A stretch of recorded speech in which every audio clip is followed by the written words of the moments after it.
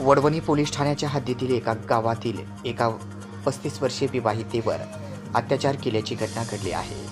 या प्रकरणी आरोपीला ताब्यात घेऊन वडवणी पोलीस ठाण्यामध्ये गुन्हा दाखल करण्यात आला आहे।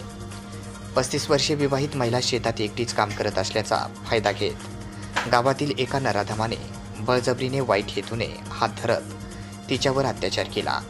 ही घटना रविवार दिनांक 23 जून रोजी सकाळी 10 वाजता घडली आहे। म्हणून आज सोमवार दिनांक 24 जून रोजी सकाळी 11 वाजता वडवणी पोलीस ठाण्यामध्ये गुन्हा दाखल करण्यात आला आहे। सदर आरोपीला पोलिसांनी ताब्यात घेतले असून या घटनेने खळबळ उडाली आहे।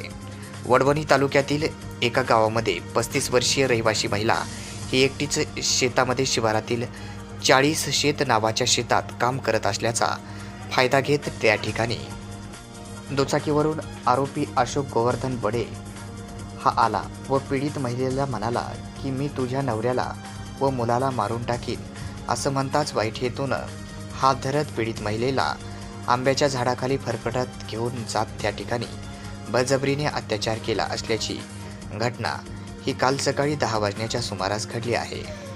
म्हणून पीडित महिलेच्या फिर्यादीवरून वडवणी पोलीस ठाण्यात आरोपी अशोक गोवर्धन बडे याच्या विरोधात कलम 376, 354, 356 अ, 323, 506 भादवीप्रमाणे गुन्हा दाखल करण्यात आला आहे।